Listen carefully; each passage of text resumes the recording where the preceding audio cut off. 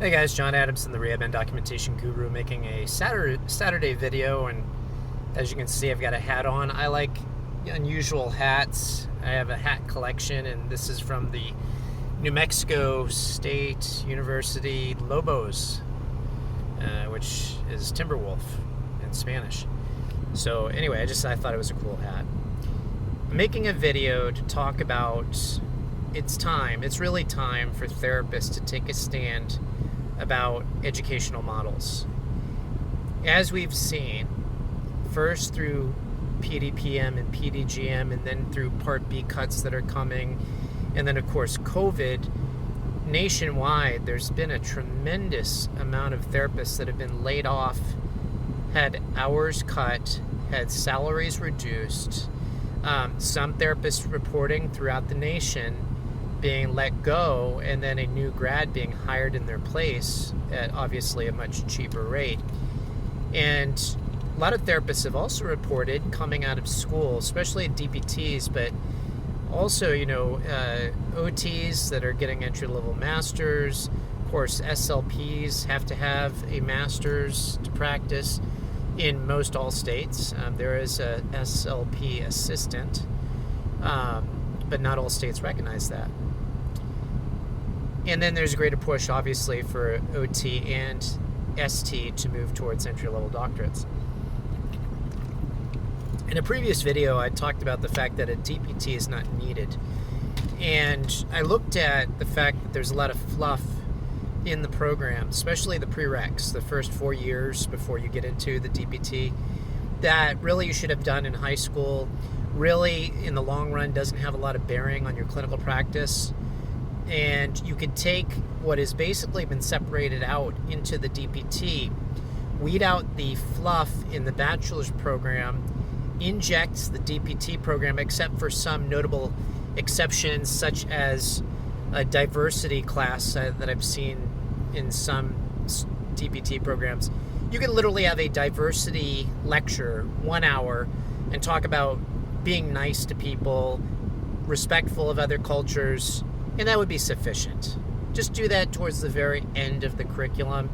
You don't need a 3 credit hour course, and some of these programs have that. It's just insane. We're smarter than that. We can get the whole be nice to people even if they're different to you message without a prolonged semester-long course. So weed out the fluff, put the DPT specific clinical stuff into the bachelor's program, and you'll have it done in 4 years with much reduced debt. We've got this whole debate going on right now whether or not student loans should be forgiven. And my position is definitely no. If you've chosen that course of action, you are responsible for that course of action. But I don't think it's fair that my cohorts in the field now are paying astronomically more for a DPT than I paid for my bachelor's. It was hard getting my bachelor's financially. My parents, God love them, helped me with the first year, thank God, and the first semester of my second year, because I was a lazy guy initially. Yeah, I had a job, and I did work pretty hard the summer before I went to school to make money, but I didn't make anywhere near or push hard enough to support myself. And my father, my sophomore year, basically said, "You're on your own. We've helped you this far. That's all we can do." And I did it. It wasn't easy. I had to get some jobs. I was an RA, so I got my room and board paid for. And then I went to a program that was cooperative, meaning semester of school, semester of work, etc. And so that helped me make it. I remember one semester when I was doing cooperative, I had 2 other part-time jobs on the side, working 70 hours a week to make it. And I graduated with very minimal debt, which I paid off in very short order, not too long after graduation. So I don't believe in student loan forgiveness. But why should there be student loan forgiveness when we can condense the program and make it much more affordable for the average person coming out of the school who's now facing a job market that's ridiculous anyway? And just what has the DPT gained us? What has it gained us? I would argue 0. Yeah, with the DPT, you can work in some settings that a non-DPT cannot. So for example, academia. If you have a DPT, there are lots of programs for teaching that will require it. But when it comes to clinical practice, when it comes to clinical excellence, I've not really seen the difference.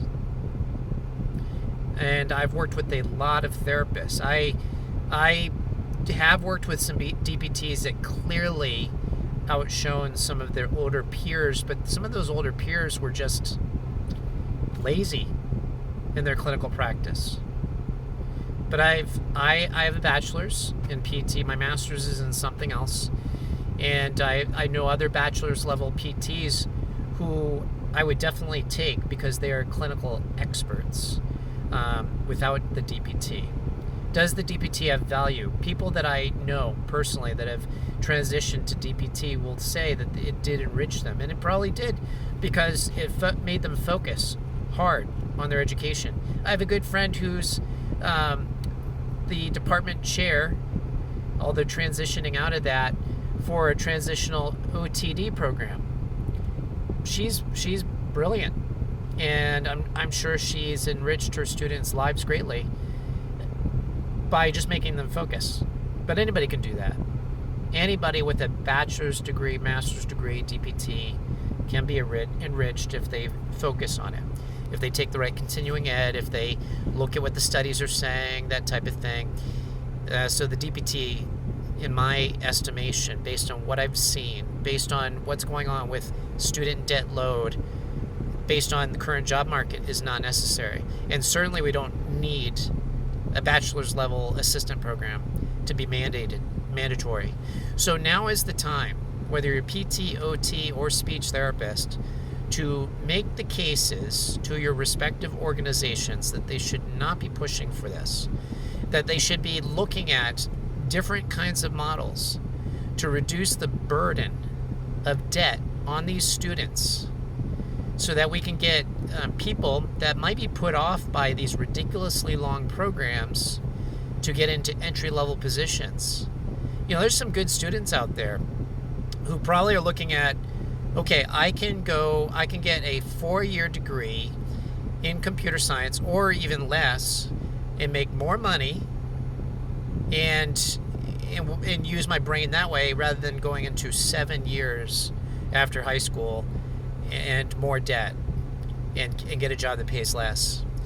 There are probably people that are looking at getting their bachelor's in something and then getting a PA degree. And I don't know if you've looked at PA salaries right now, but the general average for a PA salary is roughly around $40,000 more per year than an entry-level graduate PT. And I think those PT salary figures are inflated from what I've seen people reporting. So why would smart people, and we need smart people to go into PT, OT, and speech, why would they look at these like entry-level doctorates that don't do anything for them salary-wise, cost them an arm and a leg to get through school? Why would they do that versus a better, more high-paying field that might require less pay or less tuition? Why would they do that? So I urge you to reach out to APTA, AOTA, and ASHA.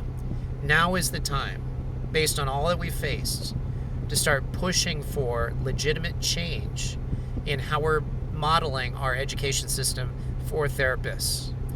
Because it can be done better, it can be done cheaper, and it can be done more efficiently. And that's my take on it. John Adamson, the Rehab and Documentation Guru. Enjoy the rest of your weekend.